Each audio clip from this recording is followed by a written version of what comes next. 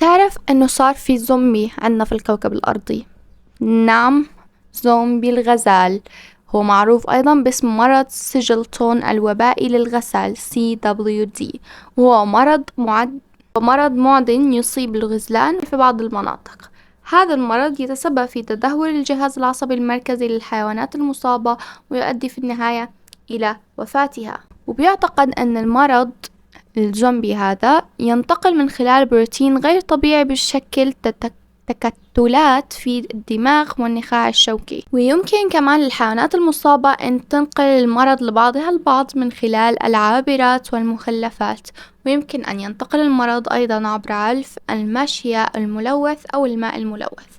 وأعراض مرض زومبي الغزال قد تشمل التخمة العصبية، فقدان الوزن، نقص الشهية، ارتفاع درجة الحرارة، رغبة غير طبيعية في الشراب، ضعف التنسيق.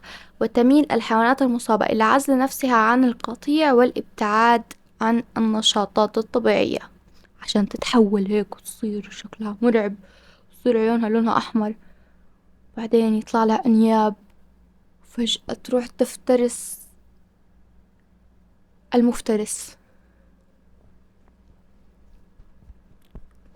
وبس.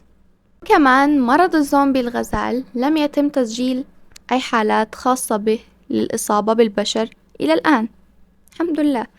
مع ذلك يتم توصية صيادي الصيد الرياضي والمربيين بتجنب التعامل مع حيوانات مصابة واحترازات صحية إضافية لضمان سلامة الجميع.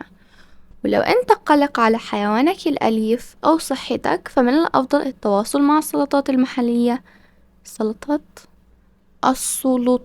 المحلية أو الطبيب البيطري للحصول على معلومات أكثر دقة وموثوقة أكثر. وبس، شكرا أنكم أعطيتوني من وقتكم الثمين، ومع السلامة.